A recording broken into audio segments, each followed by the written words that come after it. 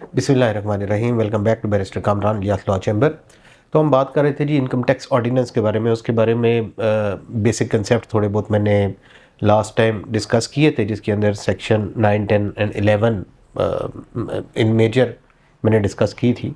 तो आज हम आ जाते हैं जी रेजिडेंशियल स्टेटस के ऊपर, क्योंकि इसके ऊपर काफ़ी लोगों के सवालात हो रहे थे जो लोग ओवरसीज़ पाकिस्तानीज़ हैं। तो देखें, रेजिडेंशियल स्टेटस का मतलब ये है कि पाकिस्तानी दो तरह के होते हैं। एक जो पाकिस्तान में रह रहे हैं और एक वो पाकिस्तानी जो कि पाकिस्तान में नहीं रह रहे। रेजिडेंट टैक्स पेयर को डिफ़ाइन किया गया है सेक्शन 2 सब सेक्शन 53 के अंदर, जिसके अंदर कहते हैं कि it means a tax payer who is a resident person. It can be individual, association of person और अ कंपनी। अब जो इनका डिफरेंस है रेजिडेंट एंड नॉन रेजिडेंट्स का, वो बताया गया है आपको सेक्शन 81 के अंदर। सेक्शन 81 क्या कहती है कि जिस तरह की हमने पहले भी बात की थी कि जो आपका रेजिडेंट ऑफ पाकिस्तान है ना जी, उसकी वर्ल्ड वाइड जो भी इनकम आएगी इनकम टैक्स ऑर्डिनेंस के अकॉर्डिंगली उसके ऊपर टैक्स की उनकी डिडक्शन होगी, इनकम टैक्स की। हाउएवर वो लोग जो कि नॉन रेजिडेंट है, who are not living in Pakistan but are Pakistanis, तो उनके केस में क्या हो जाएगा कि उनकी सिर्फ वो वाली इनकम जो कि पाकिस्तान से जनरेट होती है उसके ऊपर उन्हें टैक्स पे करना पड़ेगा। अब इसके अंदर जो आपका स्टेटस होता है रेजिडेंट एंड नॉन रेजिडेंट का, ये स्टेटस आपका परमानेंट नहीं होता।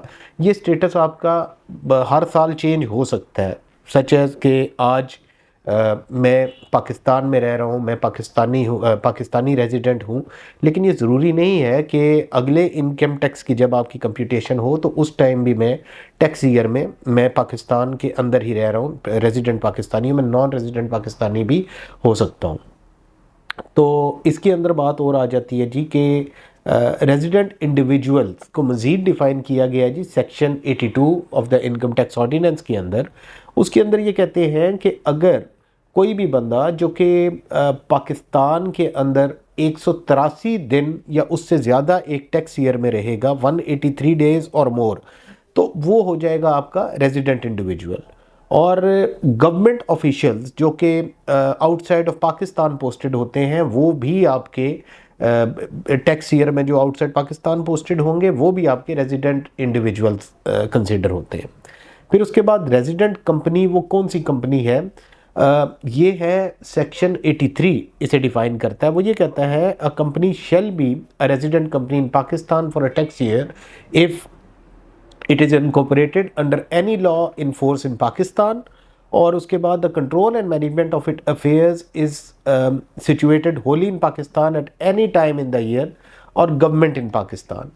तो बात यह है कि कोई भी कंपनी जिसका किसी भी टाइम ड्यूरिंग द ईयर में अगर वो पाकिस्तान के अंदर होती है तो it would be a resident company. और उसके बाद रेजिडेंट एसोसिएशन ऑफ पर्सन, ये आ जाती है आपकी सेक्शन 84।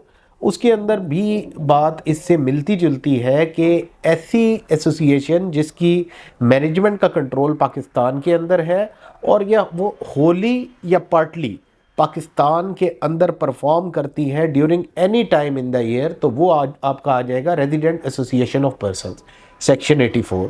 तो इन शॉर्ट हमें इस बात का पता चल गया कि रेजिडेंट पर्सन कौन होगा कि जो साल के 183 दिन पाकिस्तान के अंदर रहेगा, वो आपका रेजिडेंट पर्सन होगा।